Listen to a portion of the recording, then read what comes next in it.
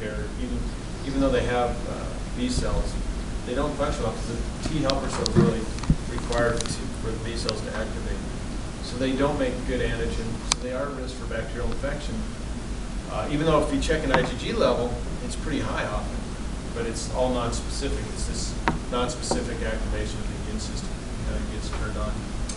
But we see a lot of strep pneumonia as the presenting, in fact, it's the most common presenting manifestation of symptomatic HIV now.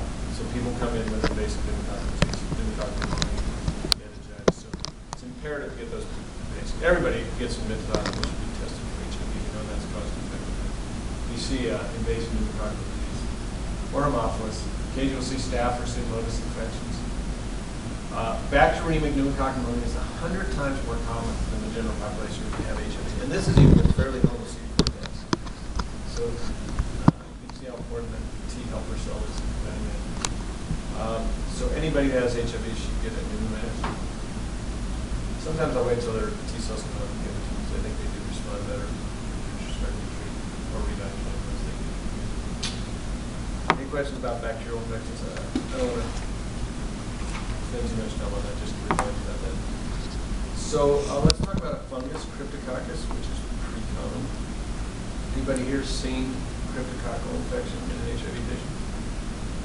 No. Yes? Yes. Okay, good. It's a big encapsulated yeast, as are many of the organisms that enter the central nervous system. They have a capsule, so that's an important virulence factor. So things like meningococcus, Haemophilus, pneumococcus, things you associate with meningitis have big capsules on them that allow us to get into the CNS. Are people like when they're slow acting more common with this? Not so much. It's rare enough. You'd think they would be, because the spleen might help, but they don't get funchemic so much as they would present with pneumonia. Well, that's a good question. We'll talk about that. It's often associated with birds, which is why I have our friend up pigeon droppings. It's the most common cause of meningitis in HIV infection. And it's also the most common fungal pneumonia. So you can see the pathogenesis here. You inhale the fungus, it starts as pneumonia and then disseminates. And we'll talk about why that's important when we diagnose this disease. So people with advanced HIV, it's pretty common. I used to see this a lot. If you go to sub-Saharan Africa, say Zimbabwe, a ton of it. It's more common than pneumocystis because there's so much birds and cryptococcus just in the environment there. They see a lot of cryptococcal pneumonia. It's extremely common there. But you will see a case at some point for managing HIV patients. The CD4 count is usually less than 100, but a few people have a higher CD4 count, so it doesn't require as much immune suppression as MAC or toxoplasmosis, for example, to get this disease. It usually starts as a pulmonary infection, maybe asymptomatic, but typically presents as a subacute pneumonia, so a cough and an infiltrate that's been going on for a couple of weeks. They may have chest pain. They may actually develop an empyema or some cryptococcal empyemas. You can see nodules, cavities, masses, as I mentioned, pleural effusions. This would be a typical cryptococcal pneumonia with a focal infiltrate, but is that pneumococcus? I don't know. But we have a way of finding out. How do we find out?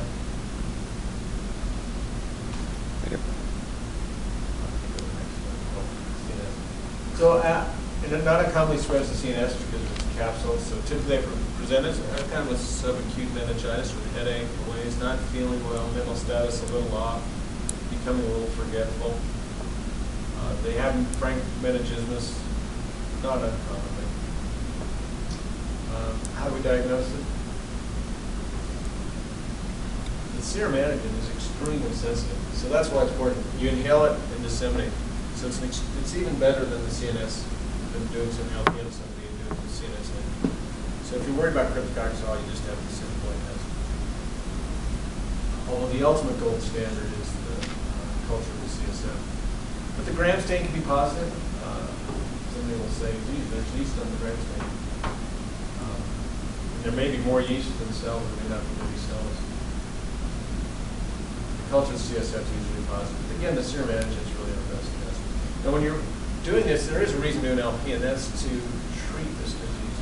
Because this is one of these diseases that causes a communicating hydrocephalus. And that can cause a lot of problems. I've seen patients go from normal vision to completely blind in 24 hours related to high CSF pressure from cryptococcus. That's what it looks like. It grows on bird seed agar, a big encapsulated yeast. Untreated disease is always fatal. Typically, we start with amphotericin. We use actually liposomal amphotericin now, although this is still listed as the drug of choice for it's so much cheaper. But after they respond, we use high doses of fluconazole, at least 400, usually 800 milligrams a day of fluconazole. And we'll continue until their cultures are negative. So I'll retap them after a month or 2 months, make sure their culture's negative. Yes? We usually diagnose those patients with Chinese ink because we don't have resources for the antigen. Yes. Yeah, the problem with the India ink prep, it's a great test. And actually, that was, go back to that. You'll see it. The problem is it can get contaminated. So if the ink gets contaminated with the yeast, then everybody will be positive. So you have to be careful when you do that. Make sure that they're very careful that they don't contaminate. Yeah. Because I've seen that with a false positive because of contamination. Okay. They're relying on that. So you'll culture. Can you culture as well? No, we can't. Yeah. Well, it's still a very good test. Just make sure it's not getting contaminated. So do you check another LP then after 2 weeks? If I'm thinking about stopping therapy or back. Yeah. Usually you'll keep on something. And this is the problem with this disease: is increased intracranial pressure, and that causes most of the mortality and morbidity associated with this disease. So if you aggressively treat this, and usually what we'll recommend is daily LPs, checking the pressure, making sure, and don't stop until the pressure staying down under 25 for sure. Take it off large bodies. It's a great chance for medical students to get their skills in LPs. Yeah. Or the sure. Maintenance therapy. Many people still advocate lifelong therapy. I have stopped it in a couple of patients. Once their T cells are up and staying up, they try out a year of therapy. But this is a much lower dose than we keep on. So if they have good immune constitution, you can think about discontinuing. You do daily LPs until the pressure is normal? For a couple days, yeah. Yep. They just start there. If it's not elevated when the first LP, then you don't need to recheck it. Obviously, examine the patient. Any questions about cryptococcus? So it's out there. You'll probably see a case. Certainly, if you go work in a third world country, you'll see a ton of it. We'll be doing a ton of LPs. If you go to Zimbabwe or Botswana, anybody going on? Mexico. Or maybe even in Mexico. I'm sure there's a lot of. Are there any pigeons in Monterey? Yes, a lot. Yeah. Lots of pigeons. Huh? Yes. Lots of cryptococcus. Is there a big outbreak in Vancouver? That's a different bug. That's Cryptococcus gaddii, which is a scary bug because it causes the same disease in normal hosts. So it was killing normal people. So is that over? It was just a short-lived. No, it's still around. It's still around. It's actually spread a little bit, but it's the heaviest burden is Vancouver Island, Seattle, and then in tropical climates. Let's move on to a virus then. How much more time we have to do? Who's talking next? Dr. Oh, she is. Okay. Okay, so CMV is a virus. About 60% of the general population is seroplasm. You know when you get exposed typically to CMV? Usually it's daycare, 2 to 5-year-olds, because they shed virus in their urine and saliva asymptomatically.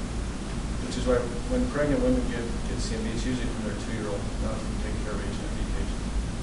It's hard to transmit otherwise. When you change a diaper and don't wash your hands, you get CMV when you're 2 to 5-year-old. So wash your hands after you change diapers. Much more common in IV drug users or men who have sex with other men. And viremia is pretty common in HIV. You almost never see viremia in normal hosts.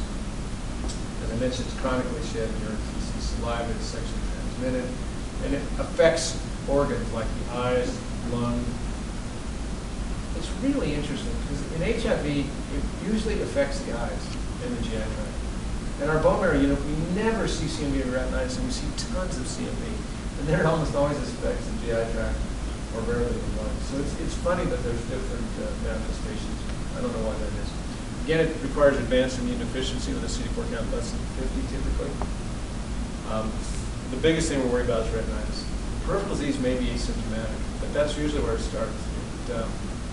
Symptoms include floaters, blind spots, or fairly aggressive necrotizing retinitis with rapid loss of vision. If you don't treat it, it worsens over 10 to 21 days, and it's a horrible disease because they go blind.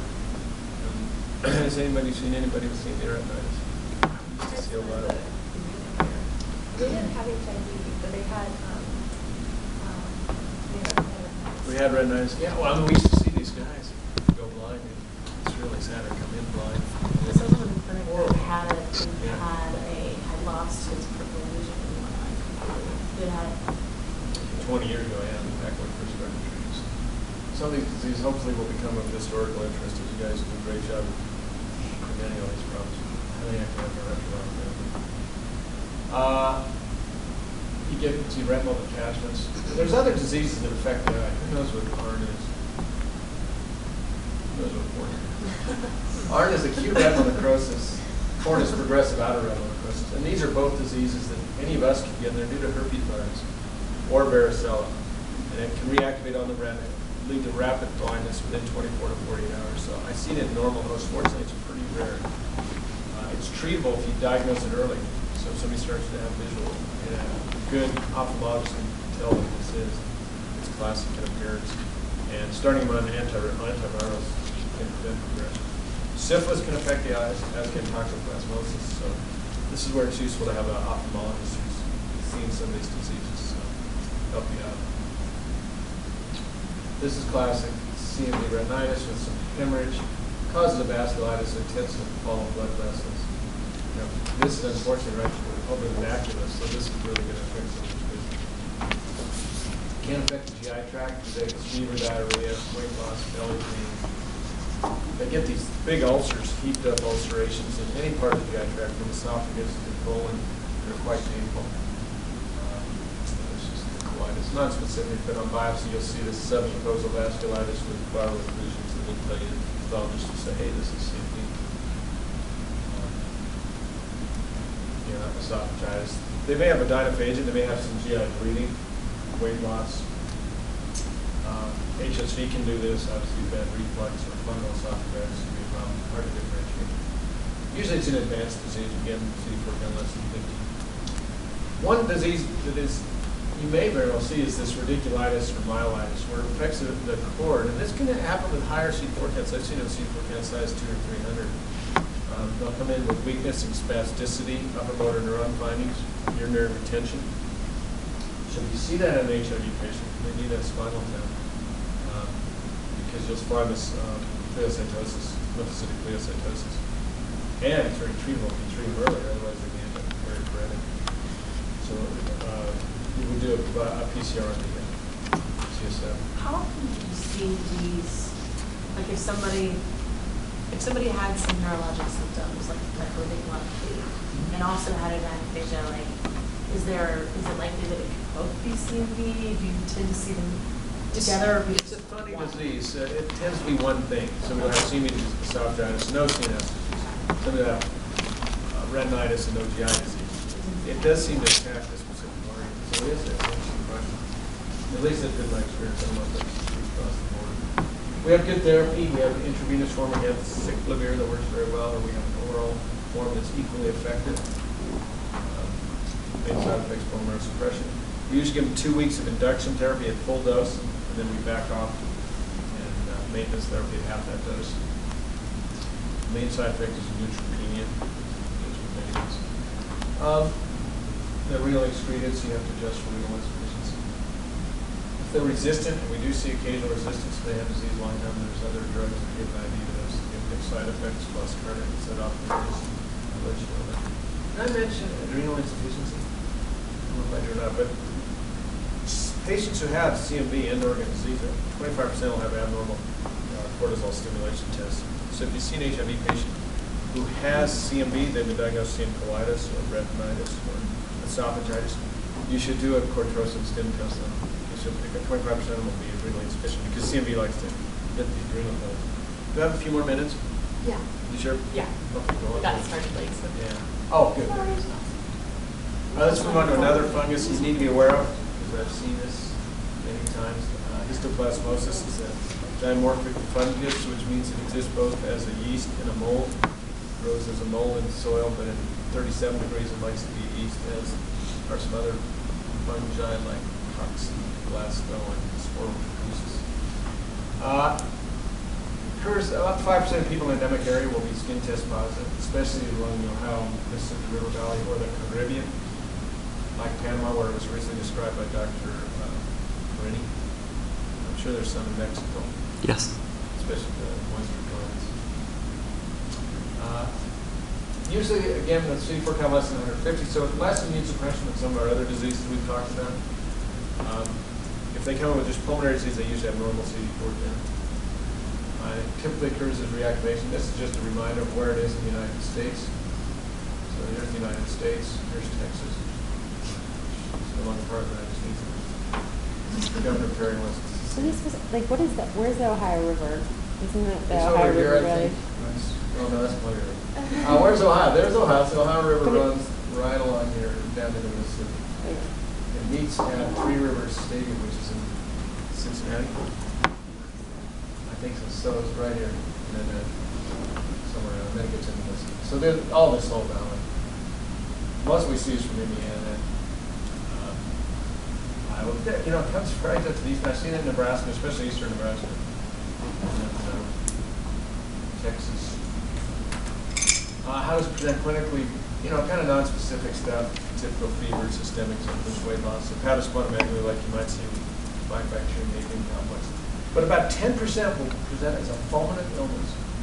And they'll come in and look like they have bacterial sepsis, hypotension, acute renal insufficiency, multi-organ system failure. And you'll be able to make the diagnosis and say, this patient has HIV, low CD4 count, and they're from Indiana. I'm putting them on amphotericin. And they'll look at you like you're crazy. And it'll be the right thing to do.